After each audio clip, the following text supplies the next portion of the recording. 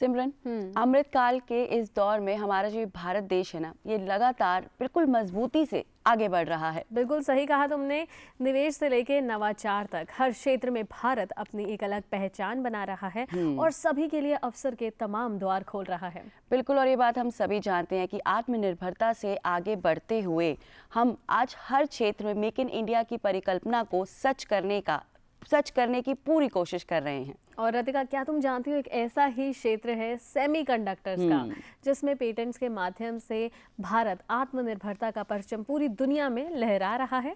तो इसके बारे में जानना ना बनता है। बिल्कुल बनता है। और इसके बारे में जानकारी साझा करने के लिए हमारे साथ स्टूडियो में उपस्थित हैं advocate Shiv Aarti Bajaj ji, supreme court of India and high court of India से। नमस्कार, बहुत बहुत स्वागत है मैम आपका डीडी मॉर्निंग शो में। Pleasure to be here. नमस्कार, आपका स्वागत है डीडी मॉर्निंग शो में। तो सबसे पहले तो हम आपसे ये जानना चाहेंगे कि पेटेंट्स की आज हम बात करें, सेमीकंडक्टर्स की बात करें, तो पहले बात करते हैं पेटेंट्स की। तो पेटेंट्स होते क्या हैं और क्यों ये इतने इम्पोर्टेंट होते हैं?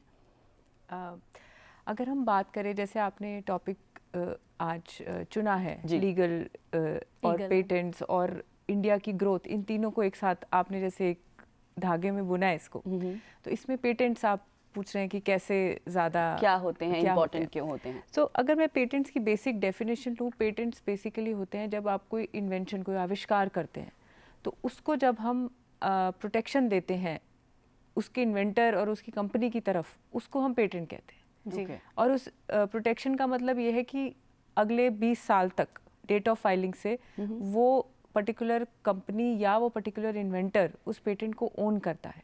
ओनरशिप का मतलब ये है कि वो पर्टिकुलर इन्वेंशन वही बना सकता है, वही उसमें से बेसिकली उसमें से वो पैसे कमा के, या पैसे कमाना ना कमाना उसकी चॉइस है, पर वो चीज़ उसकी है, जिसे हम कहते हैं इंटेलेक्चुअल प्रॉपर्टी राइट। बेसिकली उसकी जो दिमाग से निकली हुई इन्वेंशन है, जो उसने वक्त और मेहनत और पैसा लगाया है रिसर्च में, उसका उसको ड्यू देने के लिए पेटेंट्स का जो पूरा फील्ड है इसीलिए बना है। अब ये आज की डेट में इतना इम्पोर्टेंट क्यों है? देखा जाए तो एक सब्जेक्ट ही है ये, बट इतना इम्पोर्टेंट इसलिए हो रहा है क्योंकि अब हम इंफॉर्मेशन एज में आ चुके हैं। जब हम इंफॉर्मेशन एज की बात करते हैं तो इंफॉर्मेशन एज मतलब टेक्नोलॉजी, मतलब आईटी, मतलब इन्वेंशंस, साइंस बेस्ड।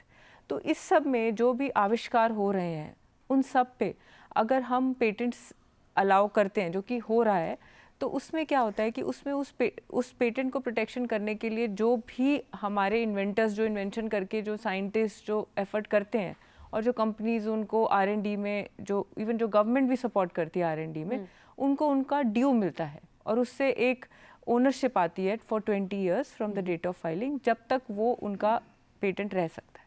जी। तो यहाँ पर हमने पेटेंट के बारे में समझ लिया, एक जनरल इन्फॉर्मेशन पेटेंट्स के बारे में, और हम इसकी बात कर रहे थे सेमीकंडक्टर्स के कॉन्टेक्स्ट में। तो आपसे ये भी जानना चाहते हैं कि जब हम भारत की बात करते हैं तो जो हमारे सेमीकंडक्टर क्षेत्र है उसकी क्या स्थिति है, उसके बारे में हमारे दर्शकों को और बताइए। ये आपका बहुत अच्छा सवाल है सेमीकंडक्टर का, क्योंकि सेमीकंडक्टर तक अभी तक ज़्यादा लोगों का ध्यान जा नहीं रहा था कि सेमीकंडक्टर, ठीक है, हमारा जो सेमीकंडक्टर ऑफ, अगर मैं लीगली बात करूँ, जो हमारा एक्ट है semiconductor and integrated circuits unit design act, वो 2000 से आया हुआ है, राइट। बट सेमीकंडक्टर अब क्यों इतना इम्पोर्टेंट हो रहा है? ये सब हुआ जब पैंडेमिक आया। पैंडेमिक में जब हमने देखा कि लोगों का जो हमारा लाइफस्टाइल, हमने सबने देखा कि उसका क्या इफेक्ट आया हमारे लाइफस्टाइल पे, कि हम सारे इंफॉर्मेशन टेक्नोलॉजी की तरफ बढ़ पड़े। जब हम इंफॉर्मेशन टेक्नोलॉजी की तरफ बढ़े तो उससे ये हुआ कि हमें रियलाइज़ हुआ कि हमारे लिए gadgets, technology, video calls, phones, सब कुछ कितने इंपॉर्टेंट होते जा रहे हैं। और इन सब के जो पीछे एक, जिसे हम लोकली कहते हैं चिप या माइक्रो चिप लगता है, तो वो जो माइक्रो चिप है वो इन गैजेट्स को छोटा बनाता है, लीन बनाता है। जैसे आपकी स्मार्ट वॉच हो गई, आपका स्मार्टफोन हो गया, आपके टीवी हो गए, आपके सोफिस्टिकेटेड कंप्यूटर्स हो गए। तो इंफॉर्मेशन एज में टेक्नोलॉजी आप नहीं इग्नोर कर पाओगे, क्योंकि वो जैसे आयरन एज में आयरन मेन था, स्टोन एज में स्टोन मेन है, मैन्युफैक्चरिंग एज में मैन्युफैक्चरिंग मेन थी, इंफॉर्मेशन एज में इंफॉर्मेशन और टेक्नोलॉजी विल बी मेन। सो ये उसका एक बहुत बड़ा बैकबोन है। इनफैक्ट अगर आपको याद होगा, पैंडेमिक में हमने ये भी देखा था कि बीच में एक चिप की शॉर्टेज की न्यूज़ आई थी कि वर्ल्ड ओवर चिप्स की शॉर्टेज हो गई है। वो जो चिप्स हैं वो सेमीकंडक्टर चिप्स होती हैं। तो जिसकी वजह से एक बारी अगर आपको याद हो कुछ कार्स की डिलीवरी और मैन्युफैक्चरिंग में भी स्लो ग्रोथ आई थी। वो इसीलिए आई थी क्योंकि वो चिप्स की बैक एंड पे मैन्युफैक्चरिंग स्लो हो गई थी। ओके सो इतना डे टू डे इफेक्ट है और इतना डेली लाइफ में हमारे सेमीकंडक्टर आ चुका है कि हमें आइडिया भी नहीं है। बट पहले क्या होता था, जैसे हमें पहले एक कंप्यूटर इस रूम जितना बड़ा होता था, अब वो कंप्यूटर हमारे स्मार्टफोन में है। That is all because of chips. जी, तो मतलब हम देखते हैं कि आज हर क्षेत्र में जो है सेमीकंडक्टर की जो है वो आवश्यकता रहती है, नीड रहती है। जी। तो इसीलिए हम कह सकते हैं कि ये हमारे लिए बहुत इंपॉर्टेंट है। बहुत इंपॉर्टेंट है और ये बहुत एवोल्यूशनरी है हमारे लिए। मतलब ये इवॉल्व कर रहा है एज वी स्पीक, और इसमें गवर्नमेंट भी बहुत कुछ कर रही है। मैं आपको आई कैन टेल यू एक दो स्कीम्स जो गवर्नमेंट ने ऑलरेडी कर रखी हैं एफर्ट्स। लाइक सबसे बड़ी तो इसमें किया था जो सेमीकॉन 2023 हुआ था लास्ट ईयर अक्टूबर में गुजरात में, जिसमें सारे बड़े सेमीकंडक्टर के स्टेक होल्डर्स ग्लोबली और इंडिया से आके उन्होंने मेमोरेंडम ऑफ अंडरस्टैंडिंग साइन किया to bring semiconductor manufacturing in India. So from that perspective ये बहुत ज़्यादा पुश दिया जा रहा है बिकॉज ये आगे जाके बैकबोन होने वाला है for any countries growth. In fact इसमें अगर हम देखें सबसे ज़्यादा इस टाइम जो ग्लोबली हम देखें तो ताइवान लीड कर रहा है इसको।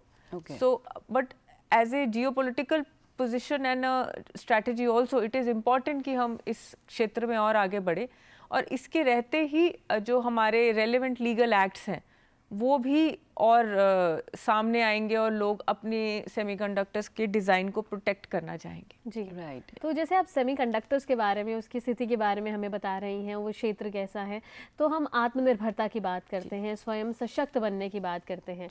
तो इसमें जो सेमीकंडक्टर्स हैं वो कैसे एक महत्वपूर्ण भूमिका निभा रहे हैं, और जहाँ तक हमने पेटेंट्स की बात की तो पेटेंट्स लेने की प्रक्रिया क्या है? राइट।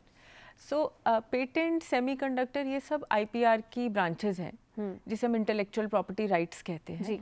तो इसमें इंटेलेक्चुअल प्रॉपर्टी राइट्स मतलब कोई आइडिया, कोई प्रॉपर्टी जो आपके माइंड से क्रिएटेड हो। जैसे प्रॉपर्टी होती है लैंड की, वैसी प्रॉपर्टी ऑफ द माइंड होती है, creation of the mind, like an artist. So एक होता है पेटेंट्स, एक होता है कॉपीराइट्स, एक होता है सेमीकंडक्टर और एक होता है डिज़ाइन। तो सेमीकंडक्टर इन सबका एक मिक्स में आता है बीच में, कि इसमें साइंस है, इसमें डिज़ाइन है, इसमें आपका बेसिकली सिलिकॉन पे जो आपका सर्किट बनता है वो जो बनता है वो हमें कहते हैं एक छोटी सी चीज़ बड़ी चीज़ कर जाती है। Exactly, that is semiconductor, right. So आपने जो मुझसे सवाल पूछा कि ये कैसे आत्मनिर्भर भारत में हेल्प करेगा, जी। ये ऐसे हेल्प करेगा, इसका तो डायरेक्ट इम्पैक्ट है।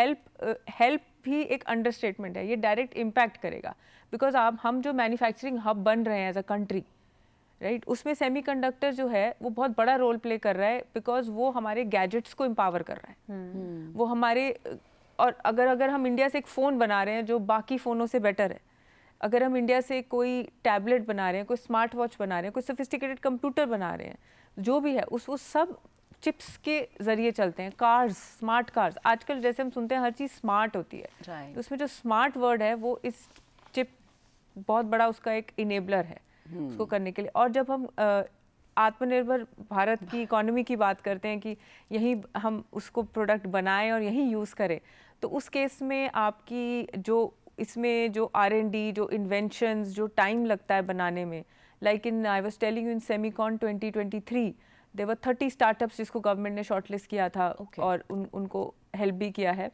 तो उस केस में क्या है, वो जो आइडिया, वो जो सर्किट, वो जो डिज़ाइन होता है, वो आपको प्रोटेक्शन मिलती है, आप उसे मोनेटाइज कर सकते हो उसी हिसाब से। जी।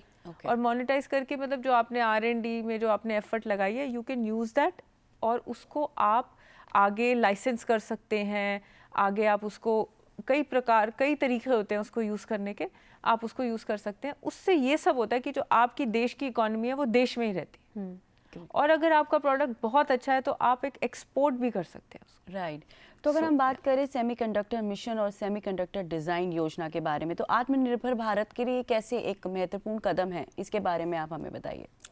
ये बहुत अच्छा सवाल है बिकॉज सेमीकंडक्टर मिशन मीटी ने अराउंड $10 बिलियन इसके लिए कमिट किए थे, कमिट किए हैं इन दिसंबर ऑफ 2021।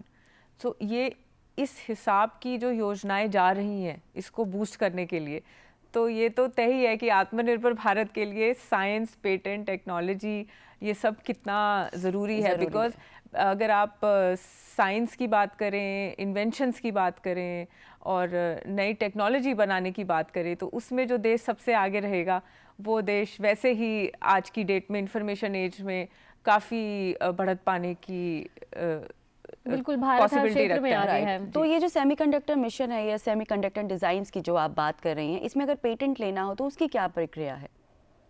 इसमें जो प्रोसीजर होता है वो इसकी स्टैंडर्ड फाइलिंग्स होती हैं जिसमें आप फॉर्म्स बने हैं और आजकल सब कुछ ऑनलाइन होता है।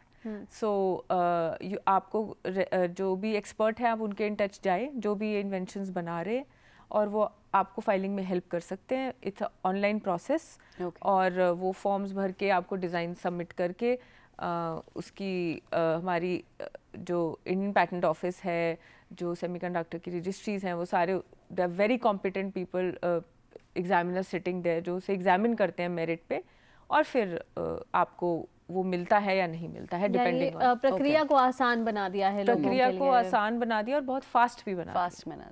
पहले काफ़ी बल्की होता था। तो यहाँ पर जब आपने पेटेंट्स के बारे में बताया तो आपने एक और शब्द का इस्तेमाल किया था, इंटेलेक्चुअल प्रॉपर्टी राइट्स। तो आईपीआर और पेटेंट्स क्या ये अलग अलग होते हैं, क्या एक दूसरे का हिस्सा है, क्या है ये? थोड़ा सा फ़र्क इनमें समझाइए। जी जी, इंटेलेक्चुअल प्रॉपर्टी राइट्स आप कह सकते हैं एक अम्ब्रेला है जिसके नीचे 8-9 चीज़ें आती हैं। उनमें से एक पेटेंट है, उनमें से एक सेमीकंडक्टर है। वैसे ही उसमें ट्रेडमार्क्स आता है, डिज़ाइंस आता है, आपका कॉपीराइट आता है, और भी चीज़ें आती हैं। तो basically intellectual property rights is bigger umbrella जिसके नीचे कई तरह की प्रोटेक्शंस आती हैं जो एक माइंड ने क्रिएट की हो, जो एक इंटेलेक्ट ने क्रिएट की हो, उसकी ओनरशिप को दिलाने के लिए जो जितने लीगल एक्ट्स बने हुए हैं वो इंटेलेक्चुअल प्रॉपर्टी राइट्स के अंडर आते हैं। आज की डेट में डेटा भी बहुत बड़ा रोल प्ले कर रहा है इसमें। ओके तो जैसे कि हम बात करें कि हम आत्मनिर्भरता की तरफ आगे बढ़ते जा रहे हैं, तो ऐसे में स्किल डेवलपमेंट और डिज़ाइन एंड फैब्रिकेशन, ये जो नई टेक्नोलॉजीज़ हैं, ये किस तरह से जो पेटेंट्स को बढ़ावा दे रही हैं? जो आपने टेक्नोलॉजीज़ बोली हैं जैसे स्किल डेवलपमेंट, डिज़ाइन, फैब्रिकेशन, ये फैब्रिकेशन, ये सारी सेमीकंडक्टर को के सेक्टर को बढ़ाने के लिए जो टेक्नोलॉजीज़ चाहिए ये वो हैं। और इसके लिए अलग अलग सेंटर्स बनाने हैं, बन रहे हैं, कमिटमेंट्स आई हैं। जैसे सेमीकंडक्टर लैब डिज़ाइन आ रहा है मोहाली में, जिसके लिए the government has allocated 10,000 crore rupees. So ये सब चीज़ें हैं जो फैब्रिकेशन जैसे वर्ड होता है कि आप उसको बनाएंगे सेमीकंडक्टर को, तो उसकी फैब्रिकेशन करने के लिए आपको यूनिट्स चाहिए। सो बेसिकली एक तरह की मैन्युफैक्चरिंग को बढ़ाने के लिए आपको दूसरी तरह की मैन्युफैक्चरिंग लगानी पड़ेगी। तो ये सब उसकी तरफ जो हम बड़े एग्रेसिवली स्टेप्स ले रहे हैं, सो ये सब उसी के ही एग्जाम्पल्स हैं। ओके बिल्कुल। और पेटेंट्स की हम बात कर रहे थे यहाँ पर, तो कई बार ऐसा भी होता है क्या कि पेटेंट्स लेने में या किसी डिज़ाइनिंग में कोई डिस्प्यूट आ जाए, या मान लीजिए कोई एक डिज़ाइन हो थोड़ा सा सिमिलर हो वो किसी दूसरे डिज़ाइन से, तो इन सब प्रॉब्लम्स को कैसे सॉल्व कर सकते हैं? ये बड़ा इंटरेस्टिंग सवाल है। ये तो अब जैसे प्रॉपर्टी में तो डिस्प्यूट्स आते हैं, वो हमें पता है क्योंकि वो आम आदमी तक पहुंचे हुए हैं। क्योंकि जिसे हम प्रॉपर्टी कहते हैं, लैंड कहते हैं, घर कहते हैं, उसमें अगर जो हमें डिस्प्यूट्स आते हैं उसके लिए कागजात होते हैं और उसके लिए फिर हम कोर्ट्स जाते हैं या रेलेवेंट अथॉरिटी के पास जाते हैं। सिमिलरली ये जो इंटेलेक्चुअल प्रॉपर्टी है, वंस अगर आपने ले ली है, उसकी आपके पास ओनरशिप है, तो वो भी एक तरह की ओनरशिप है उस प्रॉपर्टी पे।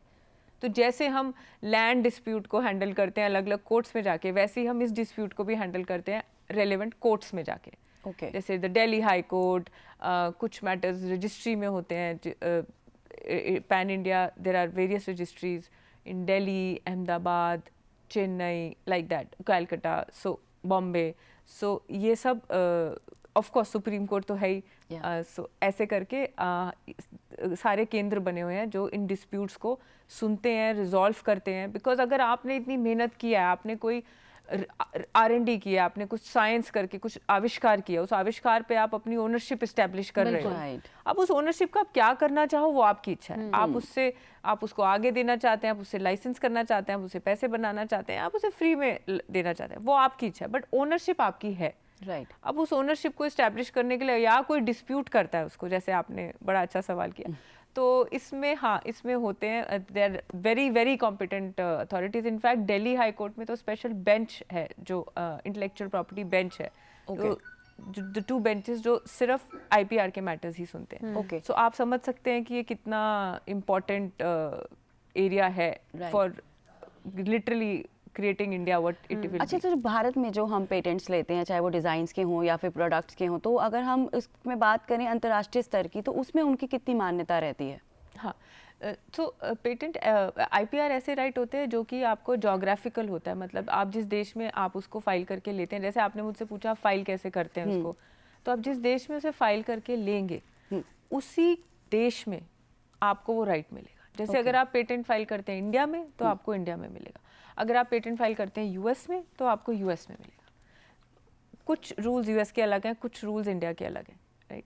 सो इसमें यूरोप के अलग हैं, UAE के अलग हैं। सो जो बहुत स्मार्ट हमारे इन्वेंटर्स होते हैं, कंपनीज होती हैं जो मैसिव अमाउंट लगाती हैं R&D में, वो कोशिश ये करती हैं कि ज़्यादा से ज़्यादा वो पूरे ग्लोब में अपना इस्टेब्लिश करें। और इसी क्षेत्र में, सेमीकंडक्टर्स के क्षेत्र में ही अगर हम स्टार्टअप्स की बात करें, तो स्टार्टअप्स को बूस्ट करने के लिए तो बहुत कुछ किया जा रहा है, थोड़ा सा उसके बारे में हमें और बताइए। हाँ जी, ये एक्चुअली आपने बैकबोन पूछ लिया इस सारी डिस्कशन का, क्योंकि स्टार्टअप्स को बूस्ट करने के लिए क्या चाहिए हमें चाहिए एक इन्वायरमेंट जो रिटर्न दे हमारे एंटरप्रेन्योर्स को, राइट।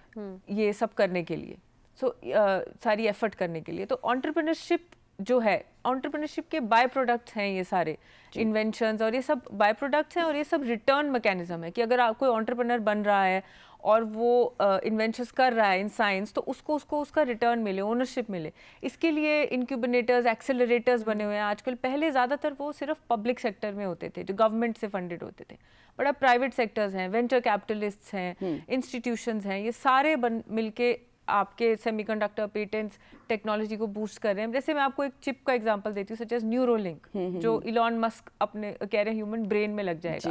तो समथिंग लाइक दैट आप इमेजिन कर सकते हैं कि कैसे ये छोटी सी टेक्नोलॉजी बहुत बड़े रिजल्ट, बिल्कुल बहुत ही विस्तृत क्षेत्र है, उसमें बहुत सी संभावनाएं और अवसर भी हैं सबके लिए। बिल्कुल। और सेमीकंडक्टर और पेटेंट्स पे हमारे साथ जानकारी साझा कर रही थी advocate Shiv Aarti Bajaj, supreme court and high court of India से। आपका बहुत बहुत शुक्रिया मैम हमारे प्रोग्राम डीडी मॉर्निंग शो में आने के लिए। Thank you so much.